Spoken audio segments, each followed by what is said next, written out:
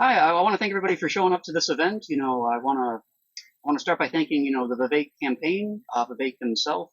I know that, in this case, a talk about anarchism might be a bit of an extreme topic, but in any case, I do really appreciate this opportunity. So basically for today, I'm going to be discussing, the topic of defense in the free market. So what this would really be about is, you know, examining how we could have defense in an anarcho-capitalist society, both on the individual and on the national level. So first off, I want to introduce myself. My name is Evan Morgan. I am affectionately known in some circles as Captain Morgan, but in any case, I do want to start by mentioning, I do have a podcast, Morgan Meets the Eye. That is available YouTube, Spotify, Apple, Google, or anywhere like that. So I do recommend checking that out. And you can also follow me on Twitter. My Twitter handle, being Captain Morgan, is at Not Spiced Rum, and my Instagram handle is at some guy named Morgan. But I'm not that active there in any case. So first off, I want to mention that this particular talk will be based. My views are influenced by a lot of different thinkers. There's obviously Murray Rothbard, there's Gustav de Molinari, the Tannehills, but really the central figure behind today's talk would be Hans Hermann Hoppe. And specifically, this talk is really influenced by his work, The Private Production of Defense. So before I jump into this, I want to start out with this Rothbard quote, which is, I define anarchist society as one where there is no legal possibility for coercive aggression against the person or property of any individual. Anarchists oppose the state because it has its very being in such aggression, namely the expropriation of private property through taxation, the coercive exclusion of other providers of defense service from its territory, and all the other depredations and coercions that are built upon these twin foci of invasions of individual rights. So this quote is from his 1975 work, Society Without a State, and I think it really does a good job of laying out, the issue of defense here as well, explicitly mentioning defense as something that the state is in violation of. So before I jump into this, I should really start by asking the question, what is defense exactly? And, if we look at this definition across a wide spectrum, there's going to be, you might find some very slight variations in how people define it. And you're certainly going to find that in people who tend to favor the state, but we can essentially write them off since their definition is completely divorced from reality. But if we look at the common thread among people who define defense, what remains as the base across virtually all of these definitions is that defense is protection from aggression. So what this means is that defense is a response. It's completely unrelated to aggression. So, for example, if I walked up to somebody and just started punching them and they started defending themselves, I can't then claim defense against their defense, for example. I would not have grounds to, I wouldn't have any legal grounds to receive any financial compensation in regards to somebody defending themselves against me. And this really ties into the non-aggression principle, or the NAP, as it exists within anarcho-capitalism. So, although the state obviously doesn't care about aggression, you can see this through their acts such as taxation, you can see their terrible, military track record, we can still see this NAP within our society among, certain places in the private sector, such as the insurance industry, but, I'll discuss that in greater detail later on. So, but just to give you an example of this, our car insurance providers, they do provide, liability-only insurance in this case. And the way that this works is that, let's say if you get into an accident and you are technically at fault, the insurance company, for the driver who's at fault, will pay for any damages, towards, the person who was the victim in this car accident. And, as a result of this, the owner of the car insurance owner's, insurance company will likely raise the premiums for them in this case. So basically, what I'm trying to say here in conclusion is that defense has to be in accordance with the NAP. So I do apologize in advance because I feel a bit of a rant coming on here, but I do have to point out that, the vast majority of people they believe that defense has to be provided collectively and therefore through, an actual state or government. So what this means is that security can only be established on a collective, massive scale rather than by individuals in a free marketplace. And the problem I have with this is that the natural conclusion from here is that the entity that's providing defense in this case has to have a forceful monopoly in this particular area. And the question then arises, how does this entity establish this monopoly? I mean, is it establishing it because it's just so great and so efficient that anybody else in the marketplace is just hopelessly unable to compete with it? I mean, the answer is obviously no. In this case, it's established through force. And this entity is the only one that actually can provide security in this case, and everybody else is legally, outlawed from doing that. They are forbidden in this case. So if we're talking about, police, military, what have you, only this central entity is allowed to provide that. So as far as when we see this particular establishment here, it's going to respond very differently to competition than, businesses in the private sector would. Because basically, if a private sector sees competition, their first instinct is to think, okay, I need to outcompete this business in order to survive. I need to actually, provide goods. I need to do more business. I need to provide goods that are of a higher quality so that I can maintain, a good reputation in the marketplace. And if I'm not providing what I say I'm going to provide, that's going to lead to bad word of mouth.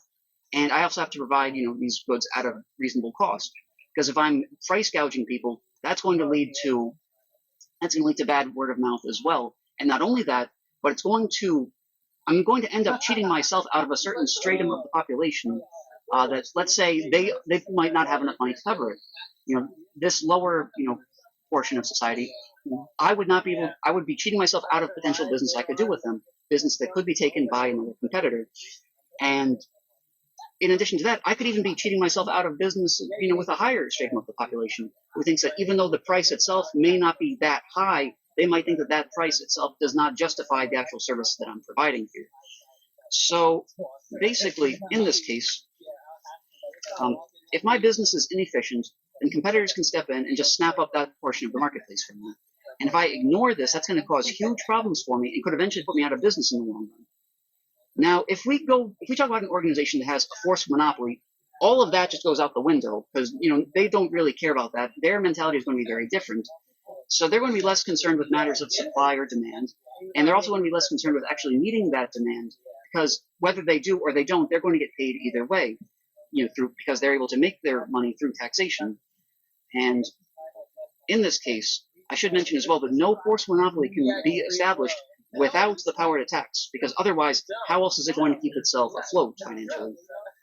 And I do find it kind of ironic that this public entity is actually less motivated to meet customer demand than the private sector in this case. So what I'm saying here, and if you haven't pieced it together yet, I know I'm laying it on pretty thick here, so I would be surprised if you didn't, but I'm referring to the government, to the central state. And basically, before I get into the real meat and potatoes of the subject here, I do want to point out that, a taxpayer-funded defense agency is an oxymoron when you think about it. I mean, if anything, it should be the reverse. You should be paying private defense agencies to protect you from getting taxed. But of course, we can't do that because it's made illegal. I mean, the government is not going to allow that because they don't want to face that type of competition. So really here, the idea that this security has to be provided collectively is really synonymous with the Hobbesian myth. And this refers to the 17th century philosopher Thomas Hobbes, who believed that if left in the state of nature, there wouldn't be enough for security being produced. And therefore, the only solution to this problem would be to institute some type of centralized state. And there's some immediate things I've noticed about this is that when he talks about, there not being enough security provided, I'm curious what metric he actually uses to measure, what is enough security exactly. And I also find it interesting, too, that when he talks about the state of nature, and in result of that, we need to create some type of state, I find it funny that implicitly that, that does say that the state is inherently unnatural. But basically, the way any disputes go, we have A and B, and whenever there's some type of dispute or impasse that they reach, this is something where they would seek out a third party. Let's call them S in this case. So, according to Hobbes' line of thought, whenever there's this dispute or impasse, A and B should have no option but to reach out to S in this case. Now, the problem with S when this is a state is that the state has the final decision on how much they're going to actually pay for this service, rather than the customers themselves. And also, in addition to this, the state has the authority to tell them that you can't seek arbitration from any organization other than the state themselves. So these make a very bad combination. And so what are the actual problems with Hobbes' theory in this case? So we can break this down to, Hobbes is claiming that man is so animalistic and just brutal and aggressive that because of this, we need the state to step in and help. Now, if that's true, you would think that taking these same men, who are governed by these same impulses and putting them in charge of the state would be the very last thing you would want to do in that case. Something that has that type of power to aggress over others. And on another level, if we look at this, let's say through Hobbes' own terms, let's look at this through his own reasoning in this case. If man is so brutal and aggressive and animalistic, then why would he go out of his own way to create a state in the first place that would supposedly be to preserve peace and protect him?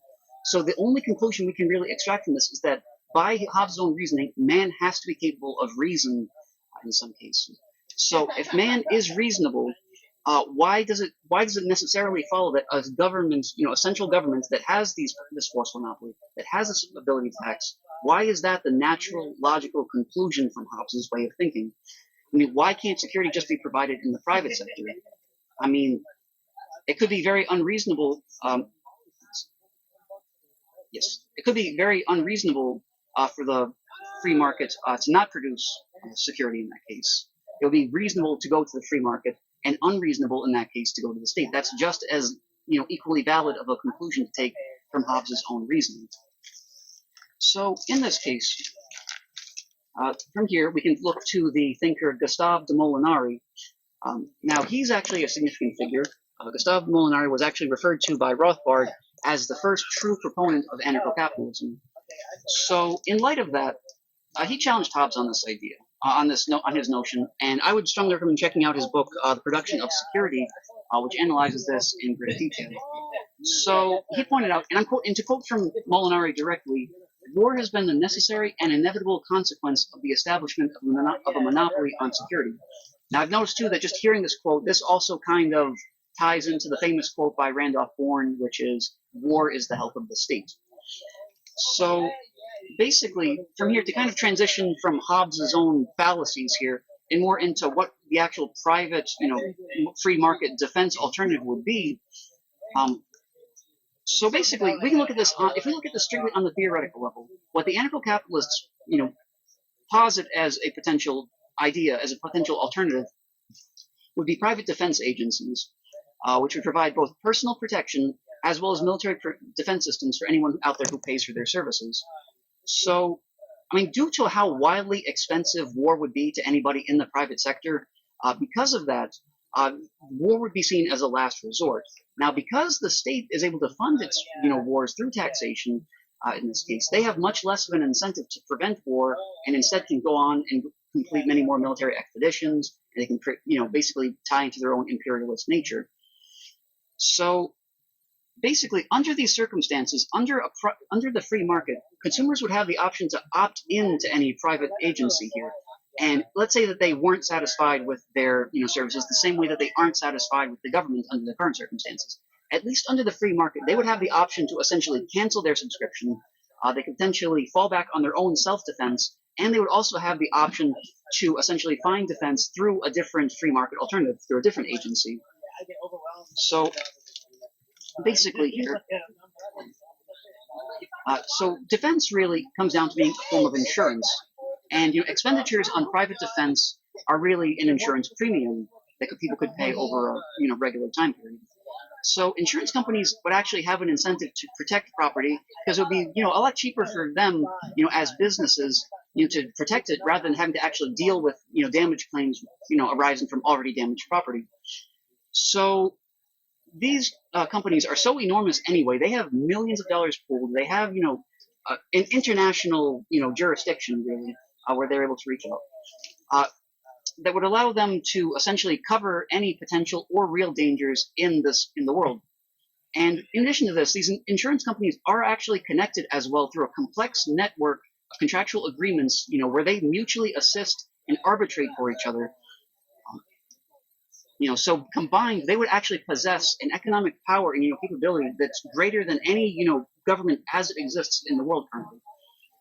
So we can also discuss, defense on a national level as well. I personally looked to an essay by Walter Block, which deals with this, entitled "National Defense and the Theory of Externalities, Public Goods, and Clubs." which I think provides a great, rebuttal to a very frequent, argument used to say that, national defense, such as, military or army, has to be provided, on the national level. And that comes down to the issue of externalities. So basically, let's say if somebody's purchasing, military protection, whether people who don't, make that same purchase, they could still benefit from that same protection, allegedly. If somebody else next to them is buying, somebody else in their nation is buying soldiers, for example, if they're buying military protection, somebody who's not paying for that could still benefit from that. And this is really considered the free rider problem. So basically, the rebuttal to this is very common. The rebuttal to this critique is that big businesses are going to be the ones who are actually, paying for this defense here, because they would be in a position to lose a lot more than an individual customer would in the case of such a conflict. So they would end up passing their costs that they receive onto each of their own customers. So really, this would spread it out evenly so that all of the customers of this particular business would be, making this payment in this case. So there really wouldn't be free riders in this particular circumstance. Each person who's paying for this would benefit, and those who are not paying would not. So in many cases, this could be part of a deed or a lease agreement that is, set up when somebody is actually purchasing some type of property. It could be that they have to have some type of, protection, in this case through some type of, defense agency. And this is actually already, in place in certain neighborhoods, for example, where they'll essentially have to pay, into some type of, neighborhood pool in order to provide protection in case, other types of aggressions to other people within that same neighborhood. So let's say that there were some type of an invasion, the answer here would be that the insurer would actually hire a private defense agency to stop the aggressor and to collect restitution, through that aggressor.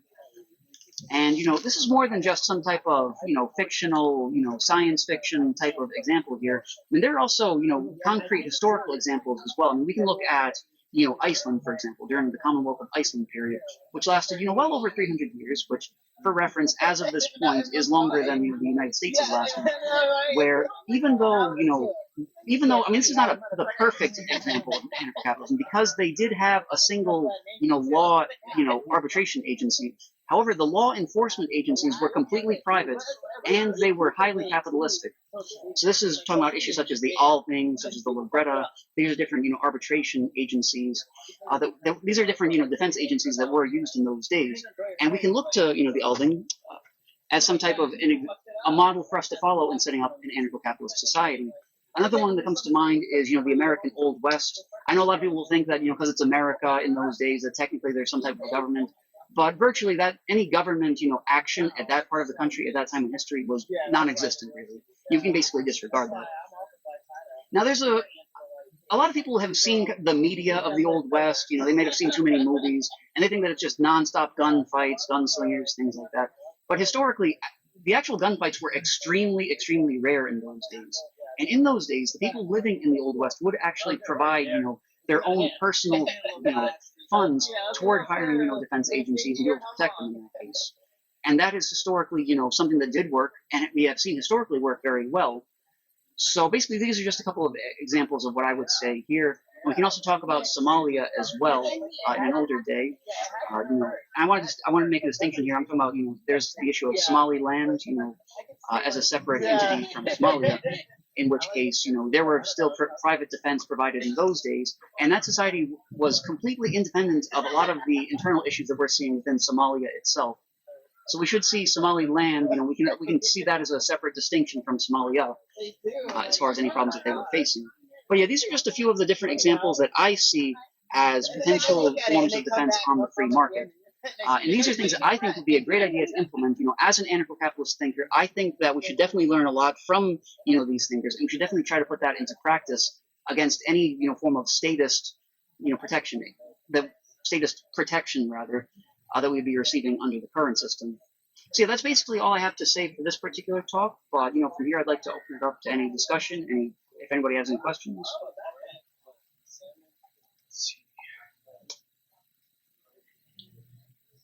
What do you think about Rothbard's idea that de Molinari is the first ANCAP?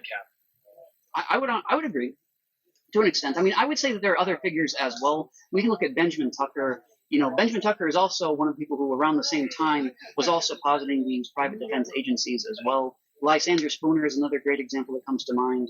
So, I mean, as far as, Rothbard is concerned, I would definitely put them in the same conversation along with Molinari, though. But yes, that's basically my take on that. Although I do love Molinari. I mean, I think he's just as good a candidate as either Tucker or Spooner as well.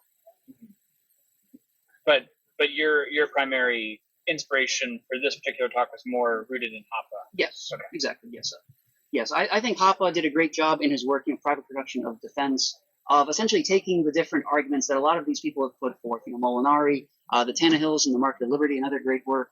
He really, combined them together into this great, cohesive whole.